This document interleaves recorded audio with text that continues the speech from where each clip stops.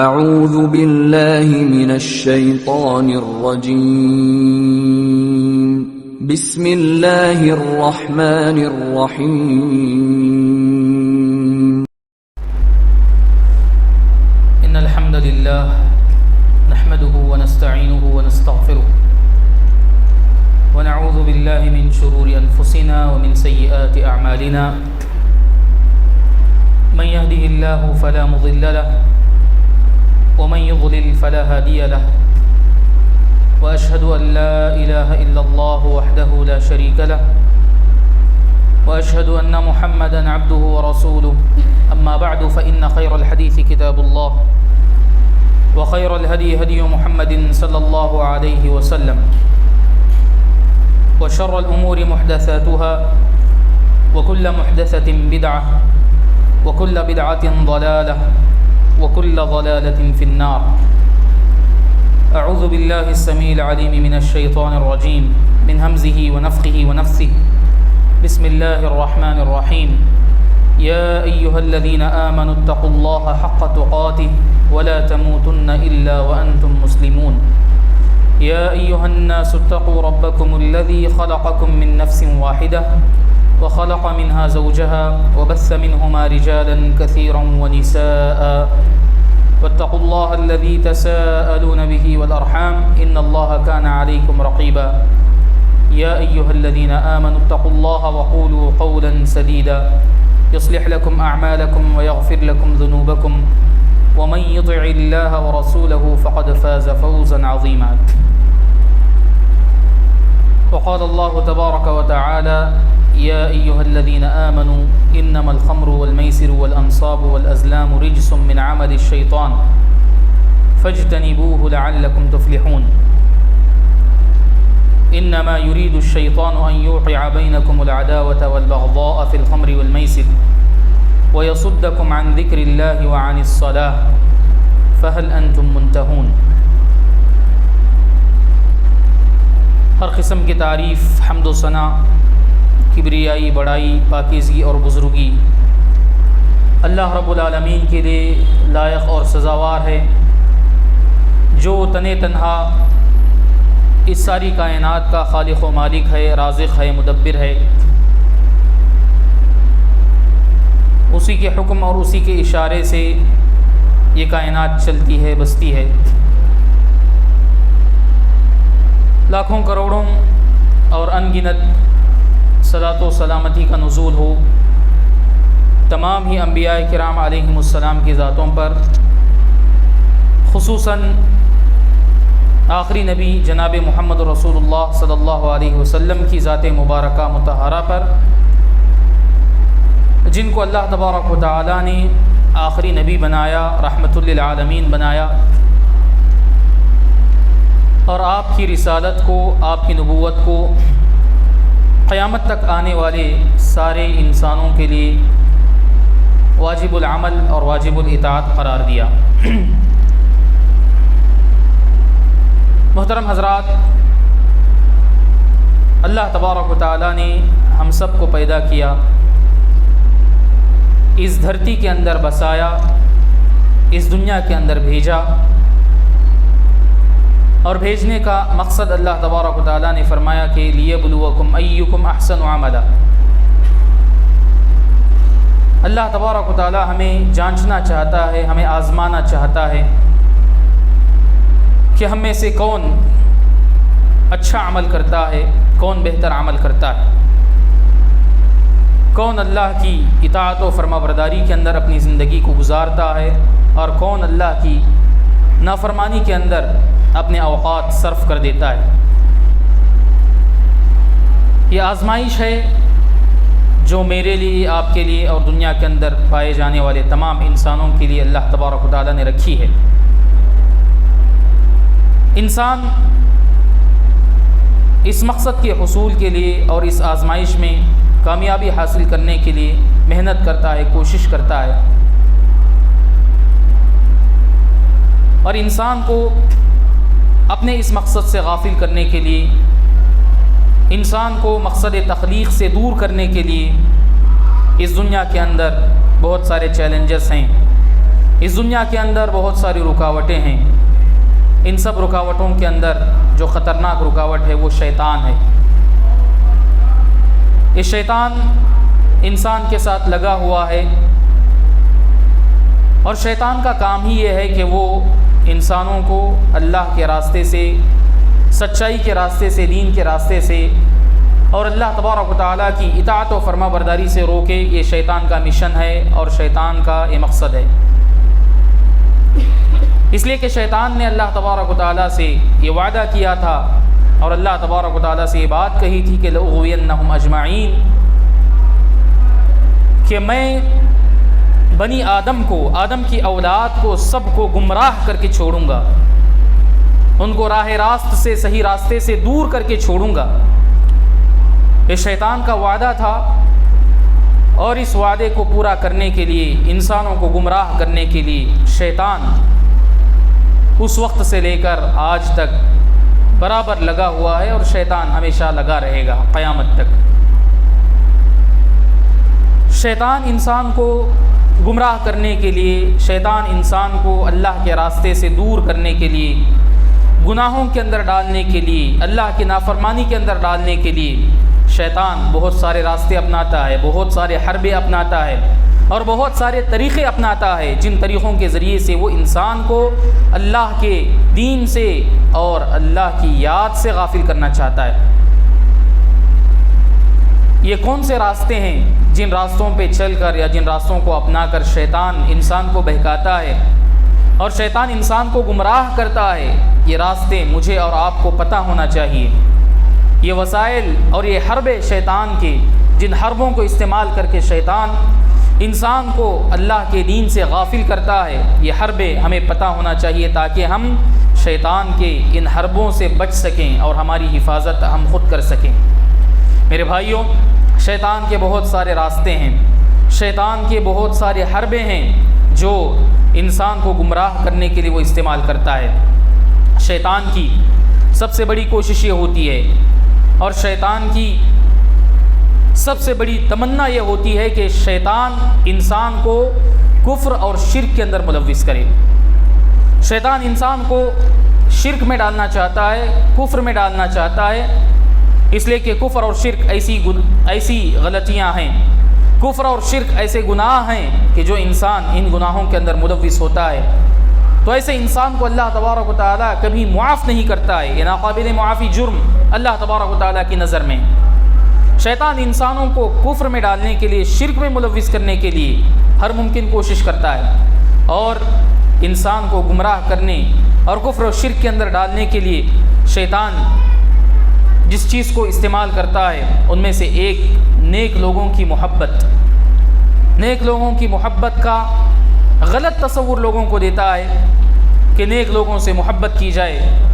اور نیک لوگوں سے محبت کرنے سے ہم بھی نیک لوگوں کی طرح ہوں گے. اس طریقے سے شیطان انسان کو شرک میں ڈالتا ہے اور شیطان انسان کو کفر کے اندر ملوث کرتا ہے. ہم سب جانتے ہیں کہ اس دنیا کے اندر شرک کی ابتدا کیسے ہوئی تھی. ہم سب جانتے ہیں کہ اس دنیا کے اندر شرک کی ابتدا حضرت نوح علیہ السلام کے قوم کے اندر ہوئی. حضرت نوح علیہ السلام کی قوم میں شیطان نے سب سے پہلے شرک کو پیدا کیا اور سب سے پہلے شرک وہاں سے وجود میں آیا. شیطان حضرت نوح علیہ السلام کی قوم کو شرک کے اندر کیسے مبتلا کیا؟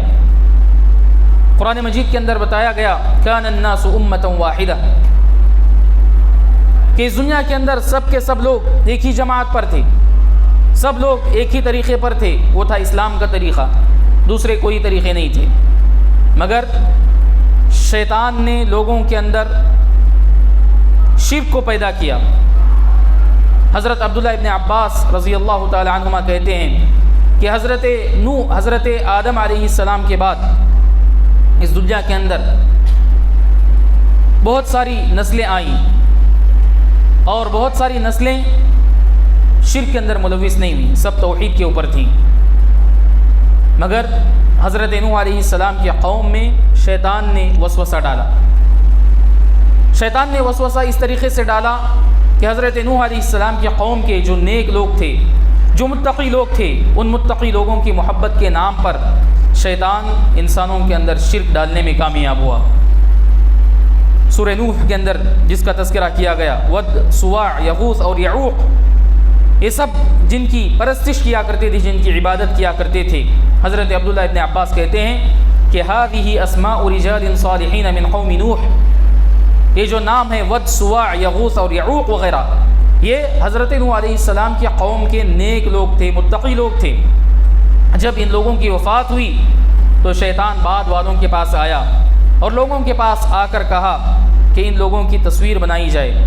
ان لوگوں کی یادگار کے طور پر ان لوگوں کی تصویر بنائی جائے اور تصویر اپنے گھروں میں لٹکائی جائے، اپنے گھروں میں رکھی جائے، تاکہ ان لوگوں کی یاد باقی رہے، تاکہ ان لوگوں کا تصور ہمارے اندر باقی رہے۔ تو سب سے پہلے شیطان نے عبادت کا حکم نہیں دیا ان لوگوں کی، بلکہ ان لوگوں سے محبت کے نام پر یہ کہا کہ ان کی تصویریں بنائی جائیں اور ان کو گھروں پر رکھا جائے، گھروں کے اندر لٹکایا جائے، گھروں کے اندر رکھا جائے۔ تو لوگوں نے سب سے پہلے ان کی تصویریں بنائیں یادگار کے طور پر، ان کو یاد کرنے کے طور پر۔ جب ایک نسل چلی گئی، دوسری نسل آئی، تو دوسری نسل کے اندر، پھر تیسری نسل کے اندر شیطان نے آہستہ آہستہ ان کو ان تصویروں کی عبادت پر اور ان تصویروں کی عبادت کرنے پر اور ان سے دعائیں کرنے پر شیطان نے ابھارا اور اکسایا۔ تو نیک لوگوں کی محبت کا دعویٰ یا نیک لوگوں سے محبت کا جذبہ، شیطان لوگوں کے اندر غلط جذبہ پیدا کرتا ہے اور اس کے ذریعے سے شیطانوں کو شرک کے اندر مبتلا کر دیتا ہے اور شیطان کو گناہوں کے اندر مبتلا کر دیتا ہے۔ نیک لوگوں سے محبت کے نام پر، اور نیک لوگوں سے محبت ایسی محبت جو حد سے تجاوز کرنے والی ہوتی ہے، جس کو محبت کے اندر غلو کرنا کہا جاتا ہے، اس طرح کی غلط محبت شیطان نیک لوگوں کی انسانوں کے اندر ڈالتا ہے۔ میرے بھائیوں، یہ جو غلو ہے نیک لوگوں کے سلسلے میں یا اچھے لوگوں کے سلسلے میں، محبت میں جو غلو ہوتا ہے، یہ محبت کا غلو انسان کے قدم صحیح راستے پر نہیں چھوڑتا ہے، بلکہ اس راستے سے انسانوں کے قدم بہت بہکتے ہیں۔ ہم اپنے اندر بھی دیکھ سکتے ہیں، ہمارے معاشرے کے اندر بھی دیکھ سکتے ہیں کہ غلو نے ہمارے معاشرے کے اندر بہت ساری تباہ اور ہلاکت مچائی ہے۔ لوگ نبی صلی اللہ علیہ وسلم سے محبت کے نام پر، نبی صلی اللہ علیہ وسلم کی چاہت کے نام پر ایسے کام کرتے ہیں جو شریعت کے اندر ناجائز ہوتے ہیں، جو شریعت کے اندر غلط ٹھہرتے ہیں، اور لوگ کہتے ہیں کہ یہ نبی صلی اللہ علیہ وسلم سے محبت کا اظہار ہے، یہ نبی صلی اللہ علیہ وسلم سے عقیدت کا اظہار ہے۔ اسی لیے نبی کریم صلی اللہ علیہ وسلم نے اپنی قوم کو، اپنی امت کو غلو کرنے سے منع کیا تھا۔ کہا لا تطرونی کما اطرت النصارى ابن مریم انما انا عبد فقولوا عبد اللہ ورسولہ۔ اے لوگو، تم میری شان کے اندر اس طریقے سے بڑھا چڑھا کر میری تعریف مت کرا کرو جس طریقے سے نصارہ نے حضرت عیسیٰ علیہ السلام کی شان میں غلو کر کے ان کو ان کے مقام سے ہٹا دیا۔ آپ نے کہا کہ انما انا عبد، میں تو اللہ تعالیٰ کا بندہ ہوں، اس لیے مجھے اللہ تعالیٰ کا بندہ کہو اور اللہ تعالیٰ کا رسول کہو۔ تو نیک لوگوں سے محبت کا غلط تصور شیطان لوگوں کے ذہنوں میں بٹھاتا ہے اور اس طریقے سے انسانوں کو بہت سارے گناہوں میں ملوث کرتا ہے اور انسانوں کو بہت ساری غلطیوں کے اندر ڈال دیتا ہے۔ میرے بھائیوں، شیطان کا ایک دوسرا وسیلہ جس کے ذریعے سے انسان کو گمراہ کرتا ہے وہ وسوسہ ہے۔ شیطان انسان کے ذہن میں بہت سارے وسوسے ڈالتا ہے، اور وسوسہ شیطان کا ایسا حربہ ہے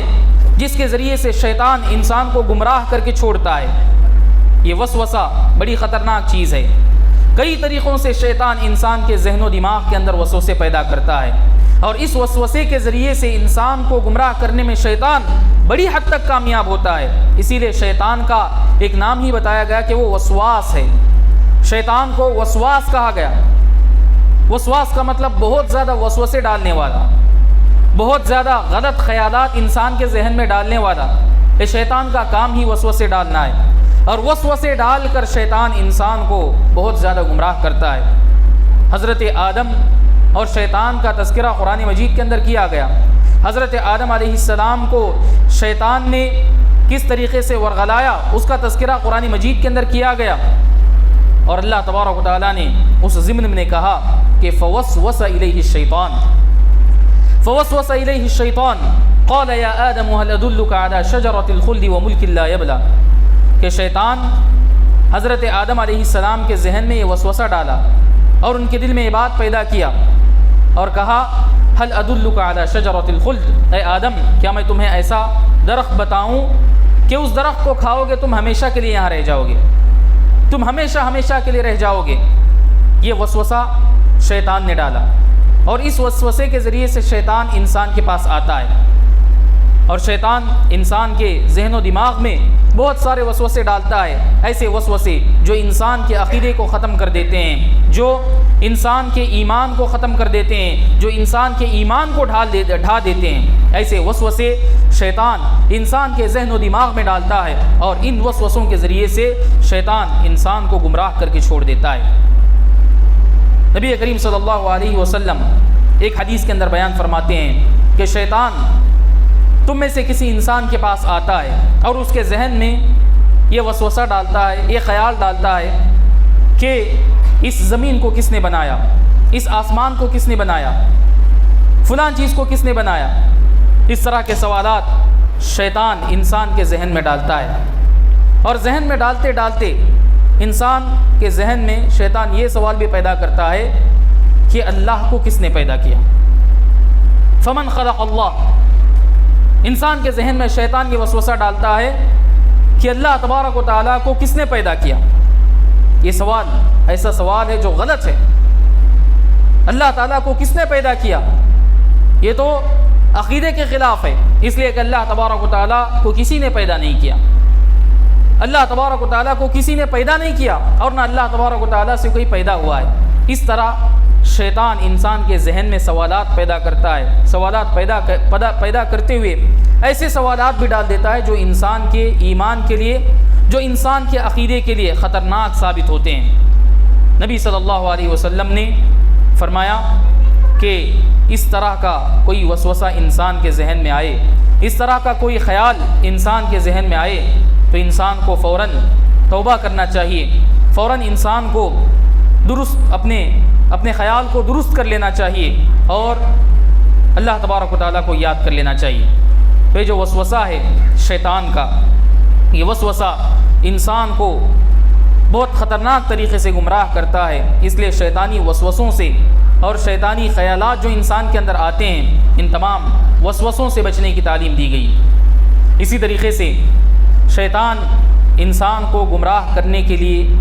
ایک طریقہ یہ بھی اپناتا ہے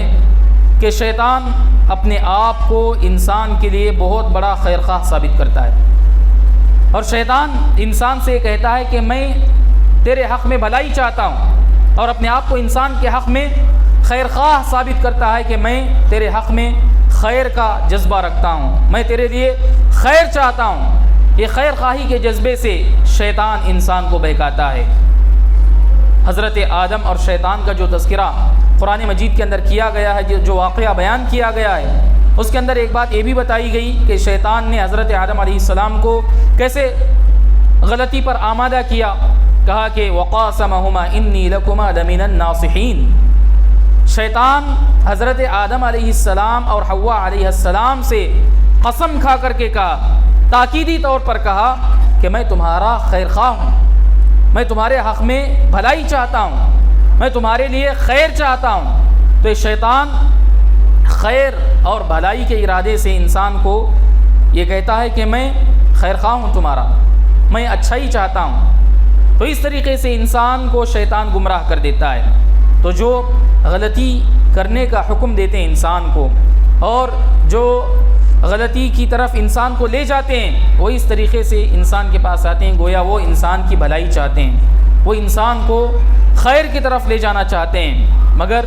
یہ خیر نہیں ہوتا ہے بلکہ انسان کے لیے نقصان دہ ہوتا ہے۔ اسی طریقے سے شیطان جن راستوں کے ذریعے سے انسان کو گمراہ کرتا ہے، ان میں سے ایک راستہ یہ بھی ہے کہ شیطان انسان کی نگاہ میں، انسان کی نظر میں باطل کو خوبصورت بنا دیتا ہے۔ انسان کے لیے باطل کو، غلطی کو اور گناہوں کو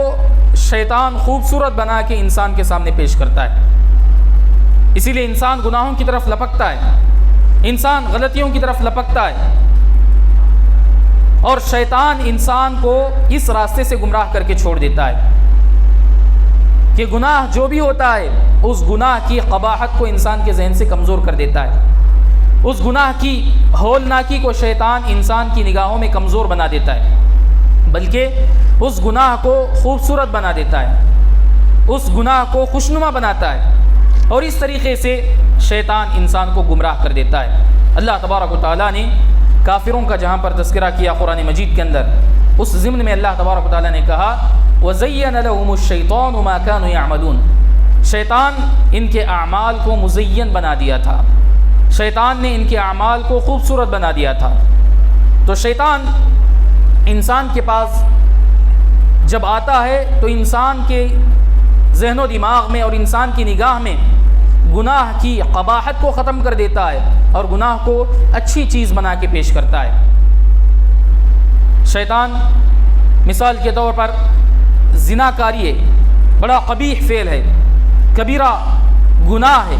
مگر شیطان یہ کہتا ہے کہ یہ انسان آزاد ہے، اپنی پسند کا مالک ہے، اس لیے شیطان زنا کو خوبصورت بنا کے پیش کرتا ہے۔ اسی طریقے سے شیطان چوری کو خوبصورت بنا کے پیش کرتا ہے اور چور کے ذہن میں یہ بات ڈالتا ہے کہ یہ تو ایک قسم کا پیشہ ہے، یہ تو تم مال کما رہے ہو، مال کمانے کے لیے ایک راستہ اپنائے ہو تم۔ تو اس طریقے سے گناہ کو ایسے انداز میں پیش کرتا ہے شیطان گویا کہ وہ اچھی چیز ہے، اور گناہ کی ہولناکی اور گناہ کی قباحت کو شیطان ختم کر کے چھوڑ دیتا ہے۔ اسی طریقے سے بہت سارے لوگ جو قسم قسم کی بدعاتوں کے اندر ملوث رہتے ہیں، دین کے اندر بدعات کا ارتکاب کرتے ہیں، تو یہ بدعات کا ارتکاب کرنے والے لوگوں کے ذہن میں بھی شیطان ان بدعاتوں کو خوبصورت بنا کے پیش کرتا ہے، ان بدعاتوں کو دین کی شکل دے کے پیش کرتا ہے کہ اگر تم ان چیزوں پر عمل کرو گے تو یہ چیزیں تمہیں اللہ کے پاس مقرب بنائیں گی، ان چیزوں پر عمل کر کے تم اللہ تبارک و تعالیٰ کے پاس اجر و ثواب کے مستحق ٹھہرو گے۔ تو یہ بدعات و خرافات کو شیطان دین کا درجہ دے دیتا ہے اور اس کو خوبصورت بنا کے پیش کرتا ہے۔ جب انسان کے ذہن و دماغ میں اور انسان کی نگاہوں میں باطل خوبصورت بن جاتا ہے اور گناہ خوبصورت بن جاتا ہے تو پھر انسان اس گناہ کا عادی بن جاتا ہے اور اس گناہ کا چھوڑنا انسان کے لیے بہت مشکل ثابت ہوتا ہے۔ تو یہ تو تزیین یا گناہوں کو خوبصورت بنانا یہ شیطان کا ایک بہت بڑا حربہ ہے جس کو سمجھنے کی ضرورت ہے۔ اچھا وہ ہوتا ہے جس کو اللہ اور اس کے رسول اچھا قرار دیں، اور نیکی وہ ہوتی ہے جس کو اللہ اور اس کے رسول خوبصورت اور نیکی قرار دیں۔ جس کو اللہ اور اس کے رسول نے نیکی نہیں کہا ہے، جس کو اللہ اور اس کے رسول نے اچھا عمل نہیں کہا ہے، وہ اچھا عمل ہو نہیں سکتا۔ اس چیز کو سمجھنے کی ضرورت ہے۔ اسی طریقے سے شیطان انسان کو گمراہ کرنے کا ایک راستہ یہ بھی اپناتا ہے کہ شیطان انسان کو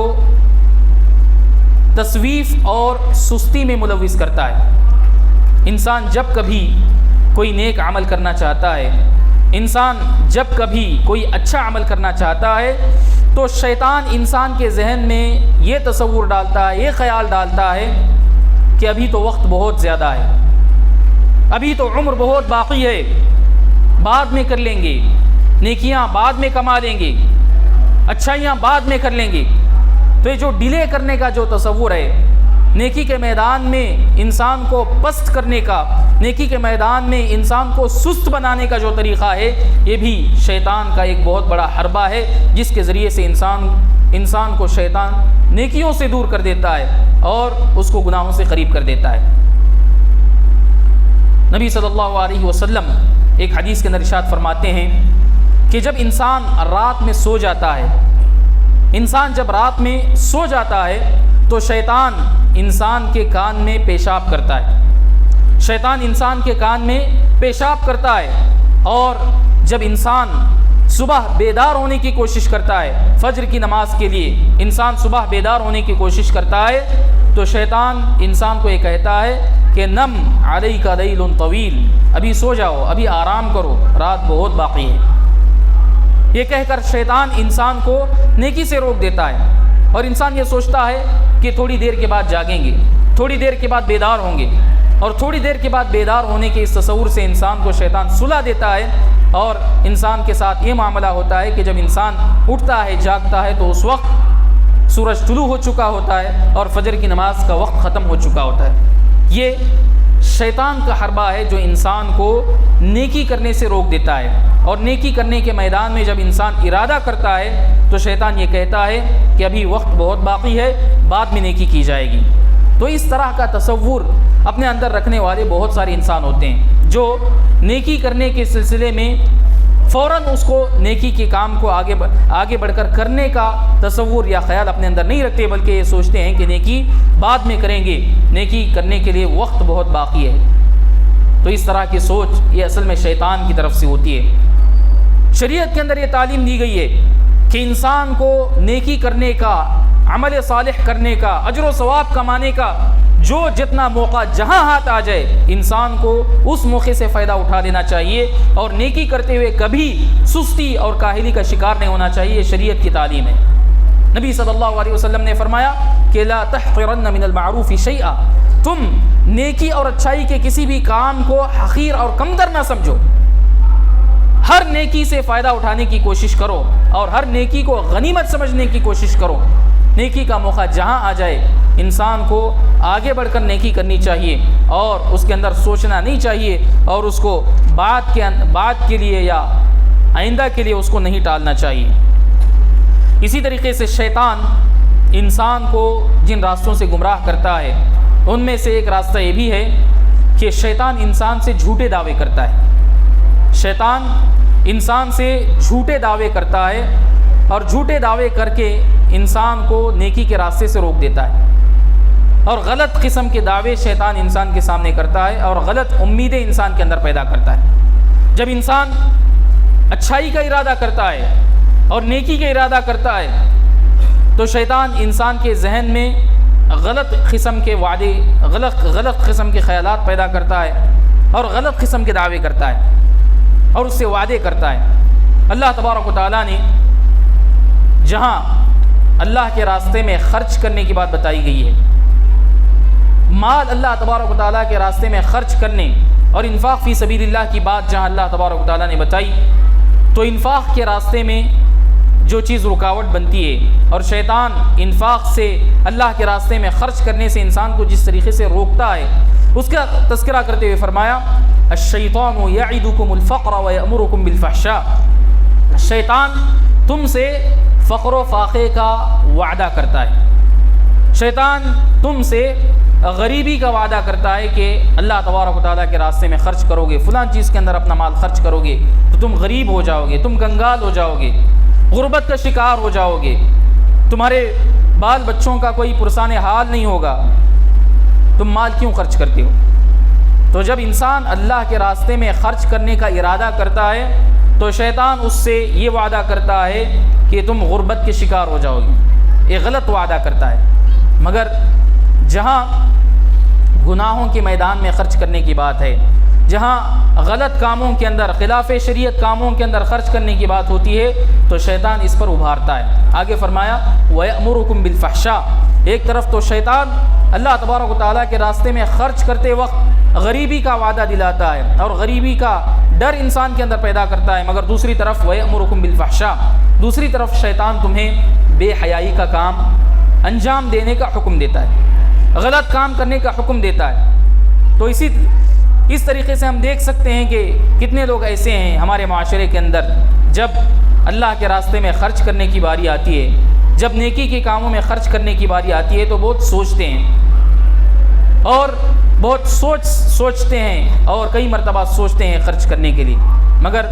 جہاں اللہ کی نافرمانی کا مسئلہ ہوتا ہے، جہاں شریعت کے خلاف ہونے والے امور ہوتے ہیں، جو بدعات و خرافات ہوتے ہیں، اس کے اندر انسان پیسہ خرچ کرتے ہوئے سوچتا نہیں ہے، بلکہ انسان بے تحاشا اپنا پیسہ خرچ کر دیتا ہے۔ یہ شیطان کے جھوٹے دعوے ہیں، یہ شیطان کی غلط امیدیں ہیں جو انسان سے شیطان کرتا ہے، اور انسان کو شیطان غلط قسم کے وعدے کرتا ہے کہ قیامت کے دن ہمارا ساتھ دینے والے فلاں ہو جائیں گے اور ہمیں نجات دلانے والے فلاں ہو جائیں گے، اس طرح کے غلط دعوے کرتا ہے، مگر قیامت کا جب موقع آئے گا تو شیطان انسان سے بریء ذمہ ہو جائے گا، شیطان انسان سے بالکل الگ ہو جائے گا اور کہے گا کہ ان اللہ وعدکم وعد الحق، اے لوگو اللہ تبارک و تعالیٰ نے بھی تم سے وعدہ کیا تھا اور اللہ تعالیٰ کا وعدہ حق تھا، سچا تھا، ووعدتکم فاخلفتکم، مگر میں نے بھی وعدہ کیا تھا اور میں نے وعدہ کیا اور وعدہ خلافی کی، میرا جو وعدہ تھا یہ جھوٹا وعدہ تھا، اللہ تبارک و تعالیٰ کا جو وعدہ تم سے تھا نیکی پر، عمل صالح پر، جنت کا وعدہ اللہ تبارک و تعالیٰ نے کیا، توحید پر، عمل صالح پر، جنت کا اور آخرت کی نعمتوں کا اللہ تبارک و تعالیٰ نے وعدہ کیا، یہ وعدہ سچا تھا، مگر میں نے جو وعدہ کیا تھا وہ وعدہ جھوٹا تھا۔ انسان اس جھوٹے وعدے کی تصدیق کر لیتا ہے، مگر اللہ تبارک و تعالیٰ جو انسان کے لیے رحیم و کریم ہے، جو انسان کے لیے اللہ تبارک و تعالیٰ انسان کو آخرت کے اندر کامیاب کرنا چاہتا ہے، مگر اس چیز کی طرف انسان دھیان نہیں دیتا ہے۔ اسی طریقے سے انسان کو گمراہ کرنے کا ایک اور راستہ شیطان یہ اپناتا ہے کہ انسان کو اللہ کی یاد سے غافل کر دیتا ہے، اللہ کے ذکر سے شیطان انسان کو غافل کر دیتا ہے، اس لیے کہ شیطان جانتا ہے کہ جب اللہ تعالیٰ کا ذکر انسان کرتا ہے تو شیطان اللہ کے ذکر کے آگے کھڑا نہیں ہو سکتا، شیطان اللہ تبارک و تعالیٰ کے ذکر کے آگے اس کا مقابلہ کر ہی نہیں سکتا، اس لیے شیطان انسان کو اللہ کے ذکر سے غافل کرنے کی کوشش کرتا ہے۔ خطبہ مسنونہ کے بعد میں نے جو آیت پڑھی اس کے اندر اللہ تبارک و تعالیٰ نے شراب کی حرمت کا تذکرہ کیا، شراب اور جوا اس قسم کی جو چیزیں ہیں ان کی حرمت کا تذکرہ کیا، اور آگے اللہ تبارک و تعالیٰ نے فرمایا انما یرید الشیطان ان یوقع بینکم العداوۃ والبغضاء فی الخمر والمیسر، انسان کے ساتھ شیطان یہ ارادہ کرتا ہے کہ انسانوں کے اندر عداوت، بغض اور کینہ ڈال دے، دشمنی پیدا کر دے، کس کے ذریعے سے؟ فی الخمر والمیسر، یہ شراب کے ذریعے سے اور جوا کے ذریعے سے، اس قسم کی غلط چیزوں کے ذریعے سے، اور شیطان یہ بھی چاہتا ہے کہ وَيَصُدَّكُمْ عَنْ ذِكْرِ اللَّهِ وَعَنِ الصَّلَاةِ، شیطان یہ بھی چاہتا ہے کہ شیطان تمہیں اللہ تبارک و تعالیٰ کے ذکر سے اور نماز سے روک دے، اللہ کے ذکر سے شیطان روکنا چاہتا ہے اور نماز سے شیطان روکنا چاہتا ہے، اس لیے کہ شیطان جانتا ہے کہ اللہ تبارک و تعالیٰ کا ذکر ایسی چیز ہے اور اللہ کی عبادت ایسی چیز ہے کہ انسان جب اللہ کی عبادت کرتا ہے، اللہ کا ذکر کرتا ہے تو پھر شیطان کا بس اس کے اوپر چل نہیں سکتا، اس لیے شیطان کی یہ کوشش ہوتی ہے کہ انسان کو اللہ کے ذکر سے غافل کر دے۔ ذکر کتنی بڑی عبادت ہے، اللہ کو یاد کرنا کتنی بڑی عبادت ہے، اور یہ ایسی عبادت ہے کہ اس کے لیے کوئی وقت کی قید اللہ تبارک و تعالیٰ نے نہیں رکھی ہے، اور کوئی خاص وقت اللہ تبارک و تعالیٰ نے اس کے لیے نہیں رکھا ہے، اور کوئی خاص جگہ اللہ تبارک و تعالیٰ نے ذکر کے لیے نہیں رکھی ہے، لیکن اس کے باوجود ہم اپنے اوپر غور کریں، اپنا جائزہ لیں کہ ہم 24 گھنٹوں کے اندر کتنا وقت نکالتے ہیں اللہ تبارک و تعالیٰ کو یاد کرنے کے لیے، اللہ تبارک و تعالیٰ کو ذکر کرنے کے لیے، حالانکہ ہمارے پاس اتنا سارا وقت ہے، ہمارے پاس اتنی ساری فرصت ہے، لیکن اس کے باوجود اللہ کا ذکر کرنے کے لیے ہم اپنا وقت نہیں نکالتے ہیں۔ یہ شیطان کا حربہ ہے جو انسان کو اللہ کے ذکر سے غافل کر دیتا ہے، اللہ کی یاد سے غافل کر دیتا ہے، تاکہ انسان شیطان سے محفوظ نہ رہ سکے اور شیطان کا بس انسان پر چل سکے۔ انسان جب نماز کے لیے بھی کھڑا ہوتا ہے، انسان جب نماز پڑھنے کے لیے بھی آتا ہے تو شیطان انسان کی نماز میں خلل ڈالنے کی کوشش کرتا ہے، اس لیے کہ نماز کے اندر اللہ تعالیٰ کا ذکر ہے، اللہ تعالیٰ کی یاد ہے، اور نماز کے اندر انسان اللہ تعالیٰ سے قریب ہوتا ہے، اللہ تعالیٰ کے سامنے کھڑے ہوتا ہے، ان تمام چیزوں سے شیطان روکنے کی کوشش کرتا ہے۔ تو یہ شیطان کے حربے ہیں، شیطان کے راستے ہیں انسان کو گمراہ کرنے کے لیے اور انسان کو غلط چیزوں کے اندر ملوث کرنے کے لیے۔ یہ تمام حربے ایسے ہیں، بلکہ اس کے علاوہ بھی بہت سارے وسائل اور بہت سارے حربے ہیں جن کے ذریعے سے شیطان انسان کو گمراہ کرتا ہے اور شیطان انسان کو شریعت سے اور دین سے دور کرتا ہے۔ یہ تمام حربوں کو انسان سمجھنا چاہیے، اور شیطان کن راستوں سے انسان پر مسلط ہوتا ہے اور کن راستوں سے انسان پر شیطان حاوی ہوتا ہے، ان راستوں کو انسان جاننا چاہیے، سمجھنا چاہیے تاکہ وہ شیطان سے محفوظ رہ سکے۔ اللہ تعالیٰ سے دعا ہے کہ اللہ تبارک و تعالیٰ مجھے، آپ کو اور تمام مسلمانوں کو اپنے مقصد تخلیق کو اپنے سامنے رکھتے ہوئے اپنے مقصد تخلیق کے مطابق اپنی زندگی گزارنے کی توفیق عطا فرمائیں۔ اللہ تبارک و تعالیٰ کی عبادت اور فرما برداری کے اندر اپنے دن رات کو گزارنے کی اللہ تبارک و تعالیٰ توفیق عطا فرمائیں۔ شیطان کے مکر و فریب سے اللہ تبارک و تعالیٰ ہمیں بچنے کی توفیق عطا فرمائیں۔ ان تمام راستوں سے، ان تمام حربوں سے اللہ تبارک و تعالیٰ ہمیں بچائے رکھے جو شیطان استعمال کرتا ہے ہمیں گمراہ کرنے کے لیے۔ اللہ تبارک و تعالیٰ ہمیں سنتوں پر چلنے کی توفیق عطا فرمائیں۔ بدعات و خرافات سے اللہ تبارک و تعالیٰ ہماری حفاظت فرمائیں۔ ہر قسم کے فتنوں سے اللہ تبارک و تعالیٰ ہماری حفاظت فرمائیں۔ اللہ تعالیٰ ہمیں جب تک دنیا کے اندر باقی رکھے توحید کے ساتھ، سنت کے ساتھ اور اسلام کے ساتھ باقی رہنے کی توفیق عطا فرمائیں، اور جب ہمارا خاتمہ ہو تو خاتمہ بالخیر ہو۔ آمین وآخر دعوانا ان الحمد للہ رب العالمین۔ بارک اللہ لنا ولکم فی القرآن العظیم ونفعنا وإیاکم بما فیہ من الآیات والذکر الحکیم انہ تعالی جواد کریم بر رحیم ورب حلیم۔